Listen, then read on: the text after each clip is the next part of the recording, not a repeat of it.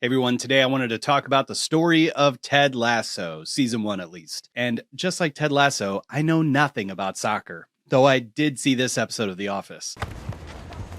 Oh my God! And unlike Ted Lasso, I don't know anything about people, so let's learn together as we look for signs of the Lasso way, walking through every episode of season 1 of Ted Lasso. And though this series is more in the sports genre, it's arguably just as workplace-ish as everything else I've covered on this channel, so, leave me alone. Also subscribe and join my Patreon. Let's go. Hey, how y'all doing? I'm Ted Lasso, your new coach. Rebecca Welton, the new owner of AFC Richmond, starts her reign with a bang, kicking the former manager, George, and his balls to the curb for being a misogynistic lump of disappointment. You're fired. What the fuck for? Your casual misogyny, for one. As he waddles away, George leaves a parting shot, mocking Rebecca's divorce like a real class act. What do you think's worse? Your husband cheating on you? Or being the last to know? This scene works well to establish the mix of cynical professionalism with, crass socketeers. I don't know anything about this sport. Enter Ted Lasso, our fish-out-of-water coach of football, of the American variety. Despite doubts of his European football prowess, Ted takes on the challenge alongside his book-reading assistant coach / buddy, Beard. They don't say out of bounds, they say into touch. After a montage of Americans looking at British things, the duo arrive at the stadium. Feels different, coach. I mean the same, but different. Metaphor? You know it, baby. Ted's touchy-feely moment with the grass sends the kit man, Nate, into a tizzy. Stop touching the grass! Get off! Get off the pitch! Stop touching the grass! Please! And around the clubhouse, Ted's Americanness sticks out like a sore thumb, making him feel like a bull in a teacup or a bubble water shop. Oh, the bubbles. I'm sorry. I love bubble water. When Ted and Coach Beard meet Rebecca, it's a standard awkward intro sitcom trope kind of thing. Small talk, dash of concern about Rebecca's divorce, and voila, Ted is on a stadium tour. Oh, I'd love to see Abbey Road. Of the club. Yeah, let's start there. Tour which concludes with Rebecca dumping Lasso into a press conference with the most eager group of reporters I've ever seen for a football club. I haven't seen any ever. Ted faces the skepticism of Trent Krim, the sports journalist who thinks that Ted managing a football club is a setup for a punchline, which it was when they originally developed this idea back in 2012. And I'd like to talk to the Queen, please. The chaos continues to escalate during this press conference, only to be quelled by Rebecca, who dubs the new approach The Lasso way. something the three of these characters are really going to try to understand over the next 3 seasons. Now, while we don't yet know what drove Ted Lasso to cross the pond, in the shadows, we do find out in a conversation between Rebecca and Higgins that her master plan is to burn the club to the ground, all for sweet, sweet revenge. See, my ex-husband truly loved only one thing his entire life. This club. And he becomes like a sidekick in our villainous scheme, even though he doesn't really want to. He's like a Droopy the dog version of Iago. And really, Rebecca's just trying to make her ex-husband sad at the sake of dozens of people's really high-paying jobs and shit over an icon of their community. Rich people. Like a GIF. That's what GIFs do, isn't it? They're just... Ted's introduction to the players goes about as well as expected. I know we don't officially start quite yet, but, we just wanted to pop in, say howdy. And is ultimately cut short by Jamie Tart when the star's influencer girlfriend makes her entrance into the locker room. Everyone in here decent? Oh, boys, that's disappointing. Ted does get to share some words with Roy Kent, the veteran captain of the team, who's not really a fan of what's going on here. Never thought it would end being coached by Ronald fucking McDonald. Undeterred, Ted seems 100% confident that the Lasso way will work. He thinks he's mad now. Wait till we win him over. He'll be furious. In the locker room, after all the guys take off, Ted hangs up his Believe sign, something that is so simple and also probably purposefully crooked. And while walking through the room, the coach moves to censor Keely's anatomical work. And then the model walks in while Ted's groping her photo. And we don't get the normal sitcom drama miscommunication thing that's going to last for half the season where Keely just thinks Ted's like a creep. She actually just sees what he's doing, and it's kind of refreshing. What are you doing in there? Keely then immediately kind of takes to Ted, and she becomes Ted's impromptu advisor on various things. Searching around on Twitter, I would avoid #Richmond. But starts off with locker room aesthetics. and it's revealed that she, as a character, exists within the world of cynicism, but she doesn't really embody it herself, even attempting to protect the coach away from some of that negativity. Welcome to England. Back in the hotel room, Ted's transatlantic call to his wife hints at some stormy marital seas. It's not just a football journey for Ted, it's a journey of love lost and found, and a sprinkling of absurdity. Welcome to the Lasso way. In the riveting escapade that is episode 2 of Ted Lasso, our charismatic coach, Ted, kicks off his first day of real work. From unshredding shredded wheat and narrowly dodging a car, Ted's attention falls to a group of school kids flaunting their soccer skills. The sequence is open for interpretation, but play is a universal thing that we all do, and all of this seems to communicate a lot in the process. Here, I believe we're supposed to see that the Lasso way involves more than just what we might expect. Sometimes the best way to stick it to the man is go right between his legs, huh? We gotta go, Coach. Ted, armed with biscuits and a penchant for Kenny Rogers tunes, You gotta know I'm when sorry. to hold on. Ted. is determined to thaw Rebecca's icy exterior. Oh, Ted, I don't really. Oh, come on, I'll take a looky there. Oh, those do look good. However, the owner's resistance is and will be on par with her hatred for her ex-husband. Ted, undeterred, hints that this is going to be a repeat performance of Biscuits with the Boss. You know what? I'll start bringing these to you every morning. Called Biscuits with the Boss. That really isn't necessary. Down on the field, Ted juggles his coaching nerves as he encounters a player named Sam, who is having a case of the Mondays. This spot here is where Sam died. Ted provides some goldfish wisdom to the young man. You know what the happiest animal on earth is? It's a goldfish. It's got a 10-second memory. Be a goldfish, Sam. Meanwhile, Rebecca, reluctantly impressed by Ted's relentless positivity and charming awkwardness, attempts at bonding and also eating those sweet, sweet biscuits. Not a euphemism. Find out when Lasso got those biscuits. In the locker room, Ted offers an impromptu Festivus. With the airing of grievances. Players can leave their thoughts in a custom complaint box, and Ted will read all them sweet handwritten notes, even if it means diving into the cesspool of complaints about him. We're middle of the table, we've lost 3 or 4, and you want to know if the snacks in the locker room are tasty enough? Roy Kent, the resident cynic, isn't impressed, and Jamie's only concern is the lack of quality snacks. Despite the snarky suggestions, Ted's determination to make things better is undeniable. Oh, here's a good one. Shower pressure is rubbish. Make a note of that. Wanker. The following day, Ted's escapades continue with an encounter with Keeley, including a panda-lion debate, which is not like who would win in a fight. What would you rather be, a lion or a panda? Lions are powerful and majestic. Leave your thoughts who would win in the fight. But this conversation is really interesting, and it is kind of a way to determine like who's your favorite Ninja Turtle is maybe who you aspire to be. We get more of Ted getting schooled by a little schoolgirl, and the saga of the biscuits with the boss perseveres, becoming a morning routine in the making. She loves them biscuits, but she seems well aware that Lasso has a strategy with these sweets. And Higgins, hey! Three's a crowd. She's assigned to Higgins to figure out what local shop Ted's getting these from, and Higgins, now caught in the crossfire, ends up sharing lunch with Ted and actually warms up to the coach's genuine Southern charm. I mean, heck, Higgins and I are having lunch today. Oh, yes. We're having salads in my office. All right, catch you later, boss. Higgins, see you at lunch, huh? In a quest to solve Sam's birthday blues, Ted and Beard concoct a plan to uplift his spirits. Okay, Sam's birthday's on Saturday, so I was thinking we'd all chip in and get him something nice gift or something. The locker room sees an unexpected celebration, complete with cake, care package, and little green plastic army men. Kind Sam politely refuses, considering his perspective on the American military history. Coach, is it okay if I don't keep this?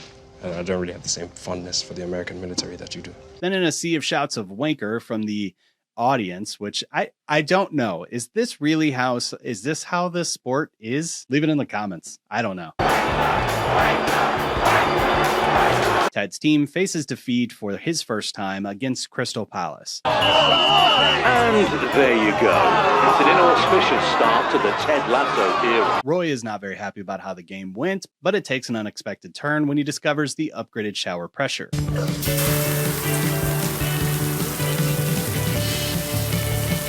Even in defeat, Ted is undeterred by adversity. As Ted brings slices of cake to Rebecca and Higgins, social media buzzes with negativity about the coach. The resilient Ted Lasso remains unfazed, even teasing Rebecca about the secret of the mysterious biscuits. If I did that, I wouldn't be able to bring you more on Monday now, would I?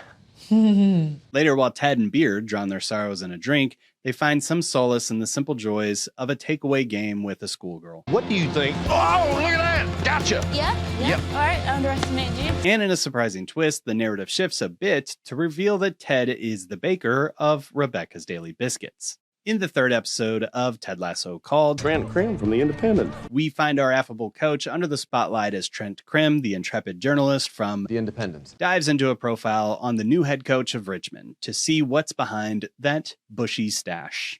I just played Mario RPG when I wrote this. Trent, Ted, Coach Beard, and the formidable Roy Kent all begin their day on a mission to inspire local school children about their futures. Why don't we get out of this stuffy auditorium, go out on the pitch and have a proper fuck about?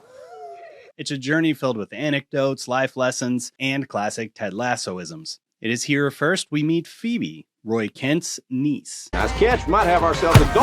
Oh, boy, that was right in the button. And like ogres, who are like onions, Phoebe is the key to dismantling Roy Kent's disgruntled exterior. Am I supposed to be the little girl? Then later, over an extra spicy dinner at an Italian restaurant, Trent delves into the heart of Ted Lasso's coaching desires. Ted, what you're doing is irresponsible. This club actually means something to this town. I know that. Unfazed by his lack of soccer knowledge, Ted unveils his mission to make players better people, both on and off the field. For me, success is not about the wins and losses. It's about helping these young fellas be the best versions of themselves on and off the field. As the conversation unfolds, Ted tackles not only the spicy food, but the challenges of coaching with a unique perspective. And as we watch this all play out, Ted's dedication to finishing this fiery meal to spare the feelings of his newfound friend Ali all becomes a metaphor for his coaching philosophy, an unyielding commitment to his players, and what has to be hours of painful pooping at the end of the day. Woo! Beautiful, right? Yeah, it's beyond beautiful. It's hot. Trent immortalizes this spicy saga in his profile, admitting that while he predicts Ted Lasso's coaching venture will end in spectacular failure, he can't help but cheer for him from the sidelines. Higgins reading this article to Rebecca, it really triggers her like a snowflake who seems to be 6.5 foot tall, but I don't think she is that tall. In fact, I just think she's that tall because she's jacked. And also I thought she was taller than Ted Lasso, but now I don't know. And it's all just making me wonder if my preconceived biases about gender power dynamics is just all out of whack. I don't know. Nothing's real. One thing I didn't bring up is that in one of the ways that Rebecca is trying to sabotage Ted Lasso is by getting a photographer to take some potentially compromising photos of Ted and Keely together, I guess to make it seem like he's trying to steal one of his players' girlfriends or just like get him in the news, gossipy. I don't know what the plan was there, but none of this does anything. But while Keely and Ted are facing the impending storm of leaked photos in the Sun, I spoke to the owner of the Sun. You spoke to God? The duo seek Rebecca's help, and a plan unfolds to contact the newspaper owner and halt the publication. They don't know that she knows that all of this happens because she set it all up in the first place. Wow. Amidst the chaos, though, Rebecca reveals a surprising side as she shares an old photo of herself showcasing her sunbathing prowess to Keely, which starts a mentor-mentee relationship and also like a slight sexual attraction between the two of these characters, or maybe just Keely. I really need to get on. Oh, sorry, yeah. In the locker room, tensions rise as Roy observes Nate facing bullying from Jamie and his cohorts. Colin, Isaac, please stop. Yeah, it really hurts now. Ted and Beard, demonstrating their coaching prowess, implement one of Nate's plays on the field, resulting in some success. Oh, snuck it by him. However, the locker room dynamics take a really dark turn as Jamie intensifies his aggression towards the Kitman. Roy, fueled by lessons from A Wrinkle in Time for some reason, and maybe a little bit of the Lasso way beginning to infect him, the grizzled man takes a stand against Jamie. Then a confrontation in a nightclub ensues, and Roy demands Jamie back off from Nate. And I think Keely's kind of oddly turned on by Roy's ability to manage goodness and his emotions and also his like burly madness. So we'll see how that plays out. Fuck you, let's go. It's episode 4 of Ted Lasso called For the Children. It's a gala of glamour and unexpected twist because what could be more distinctly English? Rebecca takes center stage as the host of the team's annual charity benefit gala. Welcome to the 10th annual benefit for underprivileged children. The gala includes a lineup of Coach Beard and his special lady friend, which is going to be a thing throughout the series. Ted, accompanied by the ever-enthusiastic Nate. Nate the Great! It's gonna be my date. And for obvious reasons, we'd love to be at table 8. Jamie escorting Keely, and Rebecca flying solo. The night kicks off with promise, but chaos ensues when Rebecca's ex-husband and the team's ex-owner, Rupert, shows up. Hello, darling. What a lovely surprise. Oh, weren't you expecting me? And brace yourself for a barrage of backhanded compliments, body shaming, and questionable fashion critiques. Must say, I love that dress. Oh, it's very youthful. Good for you for getting back out there looking like that. Rupert takes control of the auction portion of the event, offering guests the chance to bid on dates with various players. So, we'll start with £5,000. I want him, Rupert. But things take an unexpected turn when the musical act for the event has to cancel last minute. I'm happy to text him. I bet you I can get his ass over here. No, I bet she'd love it. Everybody suspects Rupert's involvement because, sure. Hey, Rupert, something just occurred to me. If you could have texted Robbie Williams, asked him to come tonight, you could have probably just as easily asked him not to come. But demonstrating the Lasso way, Ted just knows people now. And this is very dangerous to bring a hobo to your very expensive gala, but it all works out.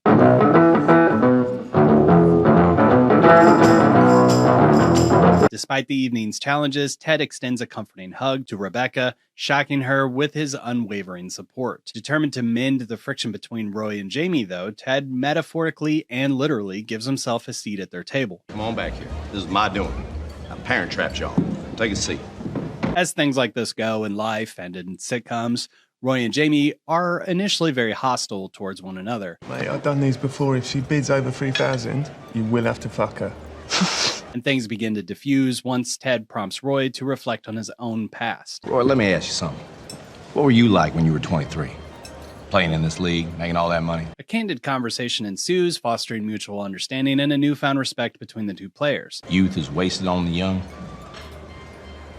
Well, I said don't let the wisdom of age be wasted on you. Meanwhile, Keely finds herself in a heated bidding war with a blonde rival for Jamie's attention. Unraveling the truth, though, she discovers that the other woman was Jamie's additional +1. Keely, I think you should know that the young woman that was bidding on Jamie was actually his other +1. And in a similar bold move, Keely attempts to make Jamie jealous by bidding on Roy. £3,000. You're just embarrassing yourself. £4,000. £5,000. And then the whole thing takes an emotional turn as Keely, feeling a little remorseful for using Roy in that way, apologizes to him. Roy, ever the gentleman, accepts the apology, although with a touch of hurt. I shouldn't have done that. Thanks. Even with tropes of sitcom-esque relationships present, the Ted Lasso series puts character growth on full display. Sometimes resolving drama and getting to the resolution can seem a little too easy, but most of the time the growth feels deliberated on and earned. Lasso isn't just some witch subtly controlling these people like pawns. Instead, his decency protocol supersedes all ego and emotions, and it influences the people around him. In the aftermath of the gala, Jamie seeks some clarity from Keely, who explains the importance of accountability, signaling the end of their relationship. Being accountable matters, Jamie. We're done. The night concludes with Keely and Rebecca casually committing theft and enjoying their evening together. Morning, Ted. Hey, Hagen! Oh. Is he dead? In the fifth installment of Ted Lasso, entitled Tan Lines, which is somehow a play on Ted's name, but we're going to see how that plays out, the coach's US-based kin embark on a 4,000-mile pilgrimage to the UK, turning the soccer club into a family reunion. With wife Michelle Lasso and her son in tow, Ted proudly parades them before the team, sealing the deal with a quintessential visit to his favorite pub and a round for fish and chips. Free fish and chips? Yes, please. And 2 pints. I like your style. But amidst the cheers and camaraderie, the cracks in Ted's personal life begin to surface when he catches Michelle shedding a tear. Enter the Oklahoma honesty method, a therapy-inspired strategy to stop conversations from getting too raw and too emotional. Oklahoma. Every day, I wake up hoping that I'll feel the way I felt in the beginning. All of this reveals a better picture of their relationship, Ted's relentless pursuit of recapturing the early marital magic, juxtaposed to Michelle's general unhappiness. But more on that in a minute, because there is soccer to be socked. On the field, Jamie's ego takes center stage and runs in complete defiance of the Lasso Way's team-first philosophy. Jamie refuses to pass, scores nonetheless, and claims the spotlight. The game takes a dark turn, though, when Sam gets injured, and Jamie's indifference sparks a fiery clash between he and Roy. In a Ted-esque twist, the coach benches Jamie, signaling a radical shift that the crowds just hate.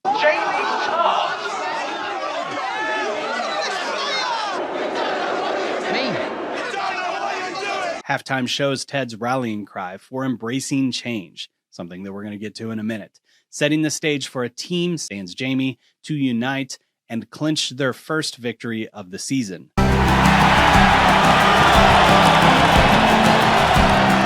Unfortunately for Ted, having taught Jamie this lesson of self-sacrifice, he realizes that his own selfishness is trapping Michelle in their relationship and stopping them from really thriving. Sans Ted. I promised myself I would never quit anything in my life. But you're not quitting, Ted. You're just letting me go. And he releases her from their contract, which is as counter to the character as it is for Jamie to pass the ball. And literally speaking, it's even in Ted's name. And based on that, the idea of the name behind this episode is that, similar to Sunny Vacations on the beach, leaving us with tan lines, our behaviors will always leave a lasting impact on people for their good or to their detriment. Michelle, there's something I could do or something I could say that would make you be happy. Ted's ambivalence in both losing his home team yet winning the club match is mirrored in Rebecca's ambivalence over her club's first victory of the year, juxtaposed to how much she hates her ex-husband. And you begin to see the deeper things at play in all of these stories. Rebecca's intense hurt results in hatred, and not being able to let that go is actively hurting innocent people. Ted, on the other hand, who's done no wrong to Michelle, realizes that he has to let her go, because keeping her lassoed both in name and figuratively, there's unanticipated hurt he's causing to innocent people. Not a game, not the game you go out there and die for, right? Play every weekend like it's your last, right? No, we talking about practice, man. Practice! Two Aces, episode 6 of season 1, unveils the arrival of the formidable Danny Rojas to AFC Richmond, injecting a burst of competition that could rival even the elusive Jamie's talent. Woohoo! 1-1. Your turn, amigo. Ted, the ever-optimistic coach, sees Danny as a potential game changer in the ongoing struggle to bring Jamie into the team's fold. Did you see that? I can't really tell, but it seems like he's very good. As Jamie's lack of commitment continues to test Ted's patience, Ted actually brings some heat to the locker room as he responds to Jamie in real time. But he's also almost directly responding to a 2-decade-old NBA press conference. And I love this bit. You're sitting in here, you're supposed to be the franchise player. We sitting in here, I'm supposed to be the franchise player, and we're in here talking about practice. And yeah, here we are, talking about you missing practice. I mean, listen, we talking about practice. Not a game, not a game, not a game. We talking about practice, not a game. Not a game, not the game you go out there and die for. Not the game that I go out there and die for. Play every weekend like it's your last, right? No, we talking about practice, man. And play every game like it's my last. Not the game. We're talking about practice, man. Practice. You know you're supposed to be out there.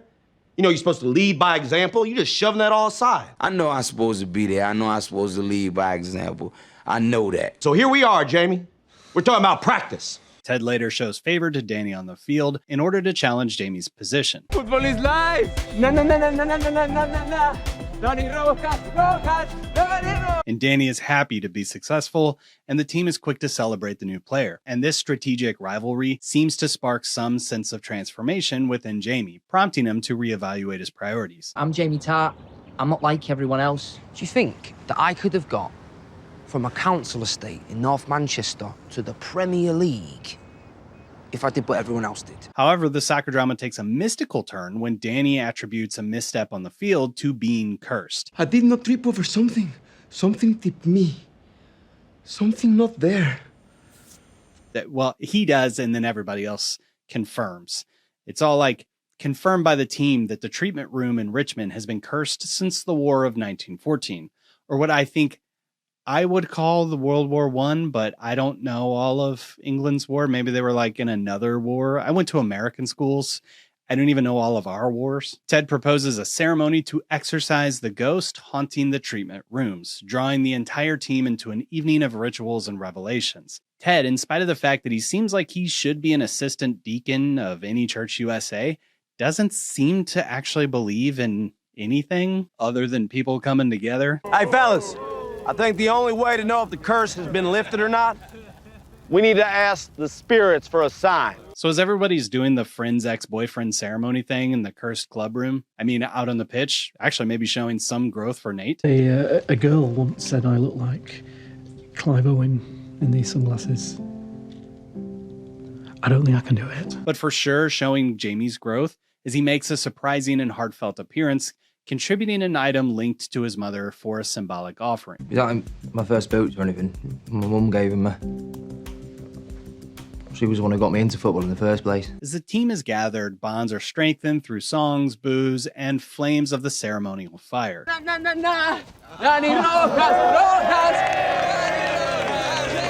Jamie opens up about his contrasting influences of his parents, unveiling the complexities that drive his pursuit of success. Amidst the flickering flames, Rebecca even navigates her own journey of self-discovery, spurred by Keely's revelation about her designation as Old Rebecca, in comparison to Rupert's new girlfriend, Rebecca. Sam's unexpected invitation to the team ceremony emphasizes Rebecca's significance. Miss Walton is your team, so you have to be there.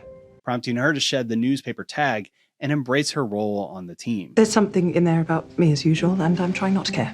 It seems that in this episode, the Lasso Way had a major breakthrough, winning over the heart and soul of the team via quasi-religious manipulation. But joy takes a sharp turn for Ted with Beard's revelation about Rebecca's decision to let Manchester City call Jamie back, basically shattering all of the unity forged by the previous night. I finally got through to him. I mean, you saw it.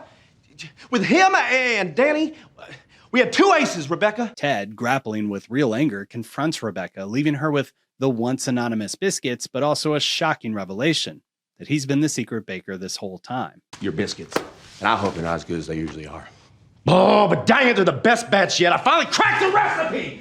Oh! This episode closes with Ted finding solace in Danny's reminder that football is life, a poignant reflection on the highs and lows that define both the game and life. And Ted showing a range of emotions, two examples of negative emotions in two aces, seems a direct result of his internal struggle with losing Michelle. And we're going to see how that plays out. So let me hear it. Richmond on three. 1, 2, 3. Richmond! Right, come on, let's go. Episode 7 of Ted Lasso, AFC Richmond faces the mighty Everton team in Liverpool. These might be made-up words, I don't know. Marking an away game fraught with big feelings, hitting very close to home. Rebecca's navigating her first anniversary as a divorcee, decides to kick off the weekend with a little change of plans. Higgins gets the boot from the Jet, making room for Keely to join the journey, and the duo become a trio when they're joined by the vivacious, which is a word I had to Google to make sure I was using right, the vivacious, Flo, sassy Collins, setting the stage for a weekend of laughter and self-discovery. My sexy and extremely single friend here actually prefers her desserts on the larger side, if that's something you could possibly accommodate.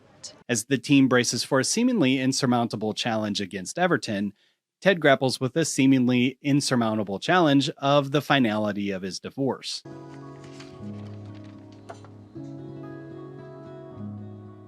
The weight of the divorce papers hovering over him, juxtaposed against the formidable task of motivating a discouraged team post-Jamie. As of late, I feel like y'all have heard enough of my jibber-jabber, so I asked Nate the Great here. While trying to bring himself to digitally sign the divorce papers, Nate tries to slide into Ted's DMs in a much more analog manner. What the hell are you doing? I'm so sorry, You're what?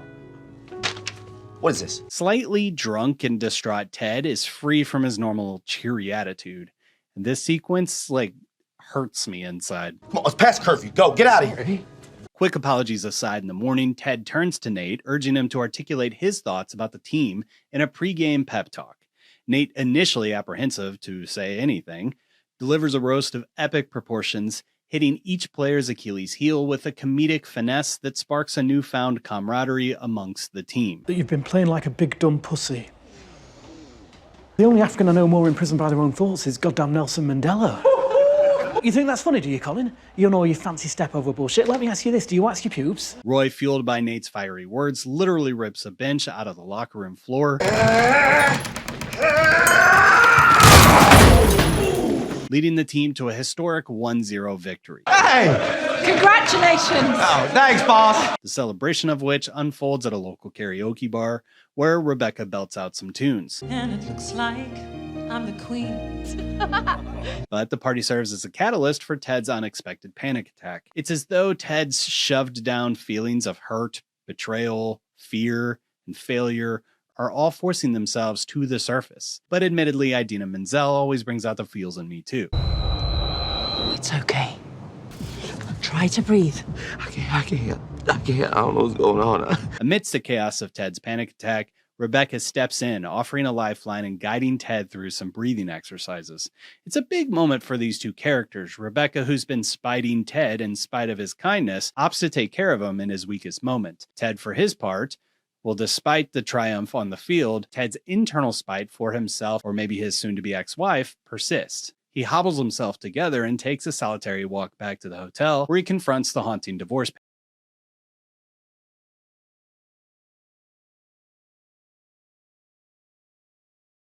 Rebecca, though, rejoins the party, now ready to deal with some of her past drama, working out some things with Sassy. I am so done, Sass, sorry. I think I'm tapping out for the evening too, actually. Which I don't really care about, but it does kind of come up in season 2 or 3. Meanwhile, Keely and Roy finally kiss, but he also leaves a little early.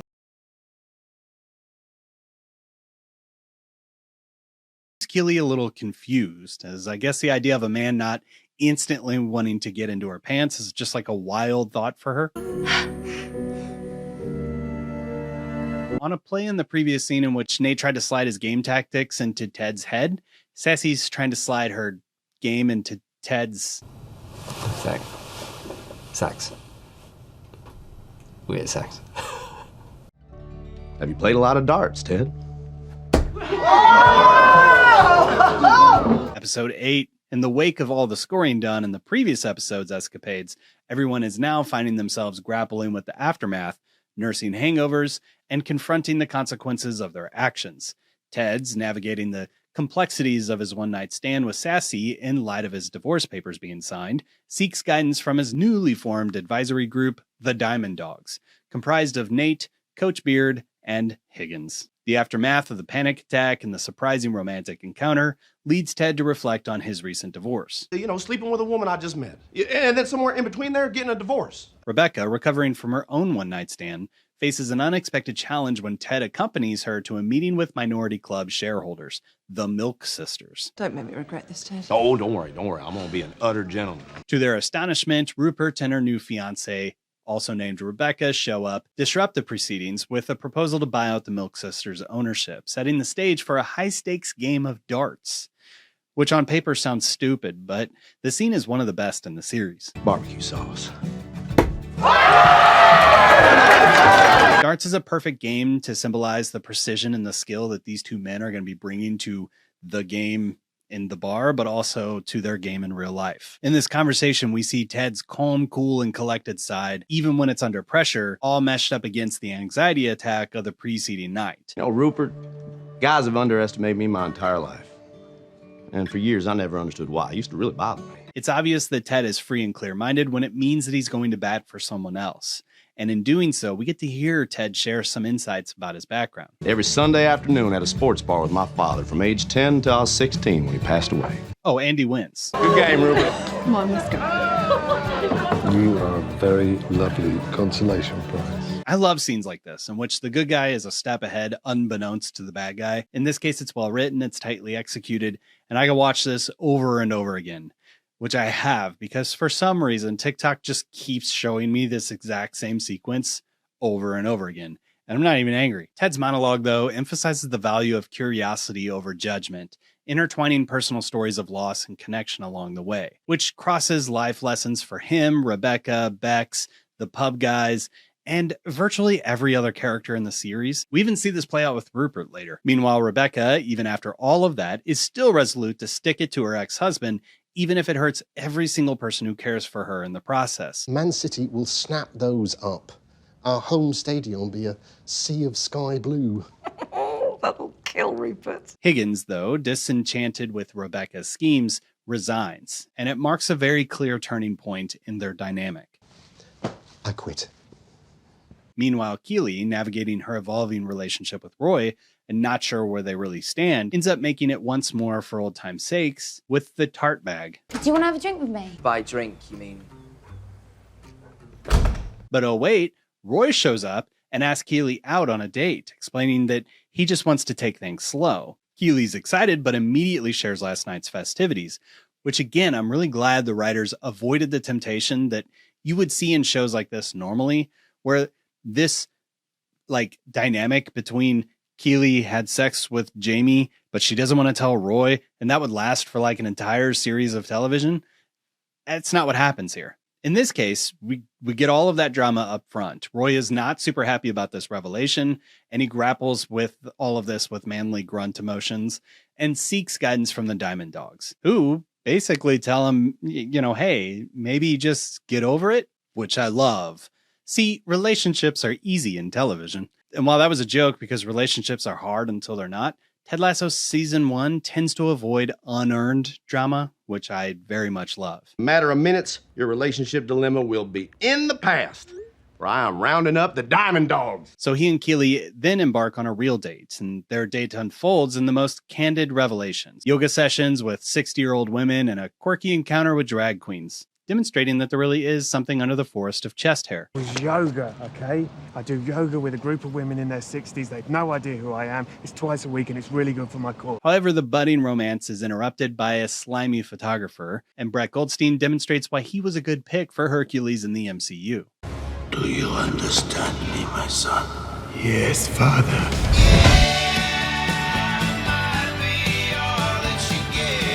But after the assault, the couple find the old pictures of Keely and Ted on the SD card, leading Keely to connect that Rebecca was secretly sabotaging Ted this entire time. And Keely confronts the boss lady. You arranged for the photographer to take this. Roy and I found it on a paparazzi camera card. He said you hired him. Don't deny it or pretend that you don't know. Episode 9. As the final weekend approaches, emotions run high for AFC Richmond team and its entangled web of relationships. Roy, grappling with the loss of form, gets called maybe my favorite nickname of the season, Brunette Oscar the Grouch. Rebecca, completing a football-themed photo shoot, receives another batch of Ted's biscuits, which is not a nickname for his junk.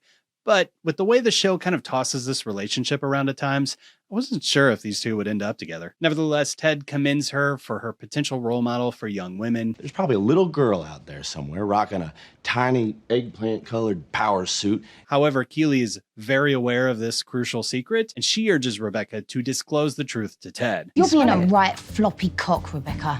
Why haven't you told Ted yet? The dilemma lingers as the characters navigate through press interviews and confrontations. Trent Crimm, The Independent. Many of your young players have improved during your tenure. And there's Roy Kent. He played dismally last match. Trent Crimm returns to question Ted about Roy's recent lackluster performance, and it adds fuel to the brewing tensions.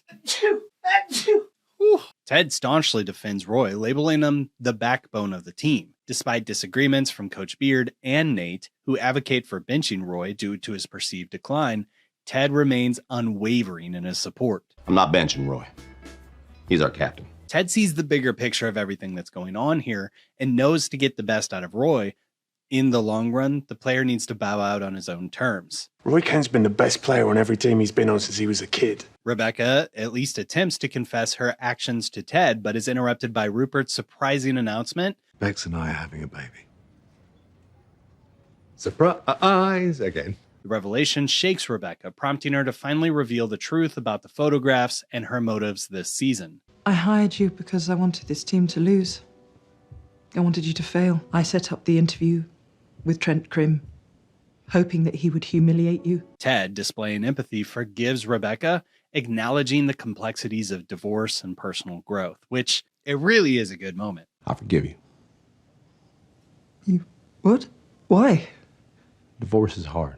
The practice session later brings forth a challenging drill for the team, revealing Roy's struggle to keep pace.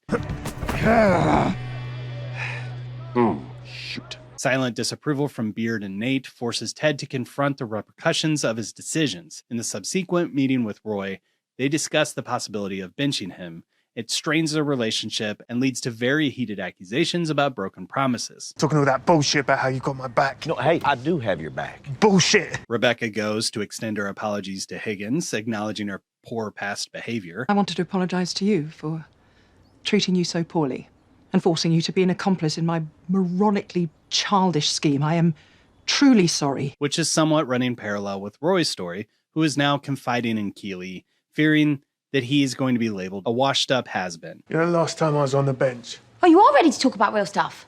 That's great. Keeley, through the eyes of Roy's niece Phoebe, emphasizes the importance of self-perception beyond just a single football persona. Well, he's my uncle. His beard is scratchy, and I love him. And then we have this poignant moment at the local pub that's kind of been brewing in my mind this entire season. Ted begins to grapple with conflicting ideologies of winning and personal satisfaction. Beard, breaking his season-long chill, confronts Ted, asserting that the significances of victory, relegation, and the team's collective efforts all have to be weighed in together with helping these people become better. I understood this mission when we were in Kansas, but those were kids and these are professionals, and winning does matter to them. And it matters to me. And that's okay. The penultimate episode here creates a mixture of positive and negative emotions within the viewer. All of them feel earned through the stories that are being told, even though none of them feel grounded in any form of reality that I can detect. The episode culminates in a really good scene where Roy, facing potential benching, decides to attend practice in order to support his team. The intricate interplay of relationships, self-discovery, and impending climax of the season set the stage for an emotional roller coaster that's going to unfold in the finale of Ted Lasso, Season 1. Never stop breaking TVs.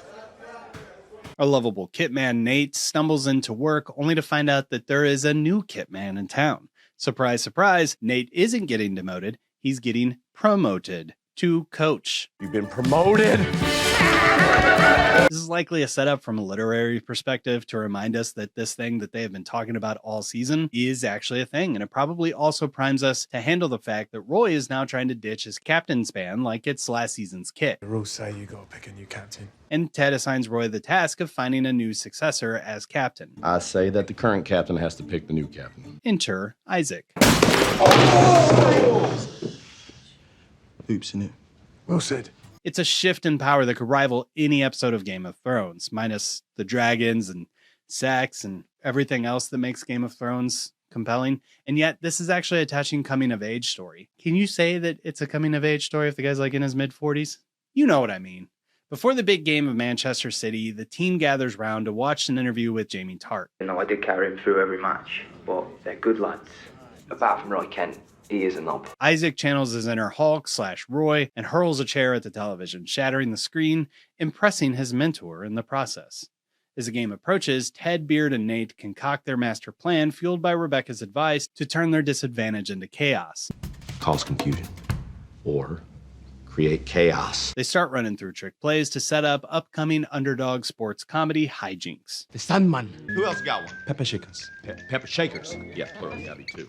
Beckham's Todger. Meanwhile, Jamie's paranoid, watching a video of Ted praising him. That's a special young man right there. Got talent for days, works hard, and he's got a jawline like the White Cliffs of Dover. I'm always rooting for him. He's convinced it's all a mind game. In a Keeley rendezvous, though, he's face-to-face with Roy's new romance and seeks advice. Turns out, not everybody's plotting against him. Jamie, not everyone in your life is out to get you. I am. Game day arrives and the entire Richmond crew is now ready to play. The first half is a riveting 0-0 tie, which is, I'm told, fun for soccer. But I'm also told it's a good thing if your team is the underdog. But here comes Roy off the bench in the second half, fueled by pure hatred for Jamie and a little bit of cocaine.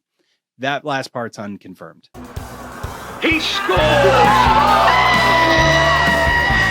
Several saves later, Roy ends up injured, but captivates the crowd in the process, hobbling off to the locker room leaving everyone to wonder if we just witnessed Roy's final match. I'm sorry to say, I think this may be the last time we ever see the great Roy Kent lace up his boots. As Crystal Palace secures a massive win off camera, Richmond's left only needing a tie to avoid relegation. We just need a tie, boys! We just need a tie! Come on, let's go! And this idea of a tie has kind of been an ongoing joke throughout the season. Ain't nobody here gonna kiss their sister, which is an American phrase that I'm now realizing does not exist here, and that's good because it's creepy. But cue the Lasso special, an American football formation on the soccer field, which feels like it has to be a callback to Mighty Ducks, but it confuses everyone, not just me, and Richmond manages to score, bringing hope to the crowd. It's a mountaintop moment for sure, but in the final seconds of the game, while everyone's flying high with the inevitable tie, Jamie Tartt scores a great assist, crushing Richmond's dreams. Oh, he makes the extra pass!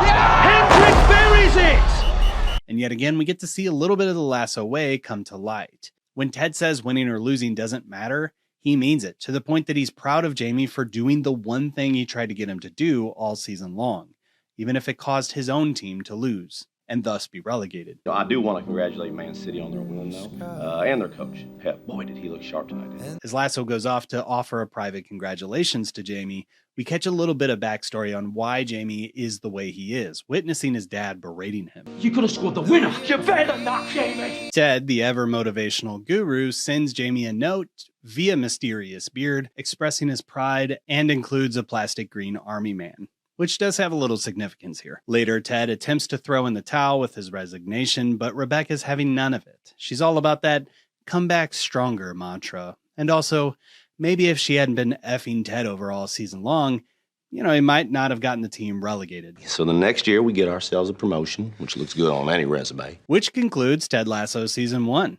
in which we see the Lasso way beginning to shine through and includes themes of unwavering positivity, empathy, understanding, adaptability, and resilience, all through a lens of relationship and humility. Ted doesn't fight the darkness with more darkness. Instead, he brings light to his world. It's not like a harsh and blinding light, though. It's just small, subtle nods of goodness, which inspire change on small scale, building to bigger and bigger outcomes. Even when that outcome is a loss, the humans associated with the team are better off. But that's all for now. If you like this video and want more of it, consider subscribing. And if you definitely want more, join the Patreon. It helps me justify all the time and energy that goes into these videos. We'll look to do season 2 soon. Thanks for watching, and we'll see you next time.